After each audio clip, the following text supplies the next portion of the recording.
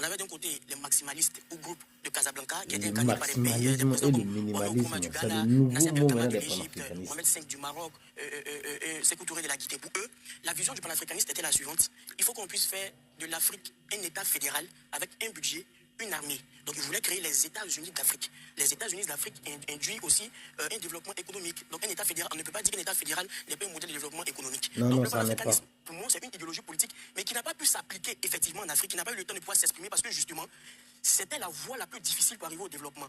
En fait, si ça n'a pas pu être appliqué, c'est parce que c'est une utopie, c'est impossible, c'est irréalisable.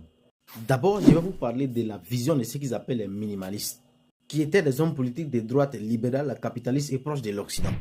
Il y avait l'empereur Haile Selassie de l'Éthiopie, le président libérien Léopold Sédar Senghor et Félix Houphouët-Boigny, qui avaient une vision réaliste de la politique africaine, qui prônait une intégration sous-régionale et régionale tout en respectant la souveraineté de chaque pays et surtout en gardant des liens forts avec le monde occidental. De l'autre côté, on avait des hommes de gauche qui étaient des socialistes et des communistes, proches de la Chine maoïste et de l'URSS, et qui voulaient, comme leur maître à penser, la Russie et la Chine communiste couper le cordon ombilical avec le monde occidental.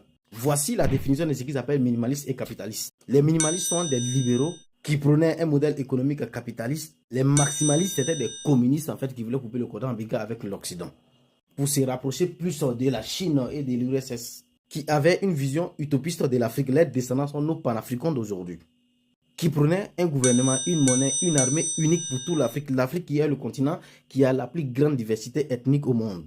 On n'a même pas encore fini avec les guerres tribales qui sont dans nos différents pays. Il y a certains qui pensaient et qui pensent aujourd'hui que l'Afrique peut être unie sous un seul gouvernement.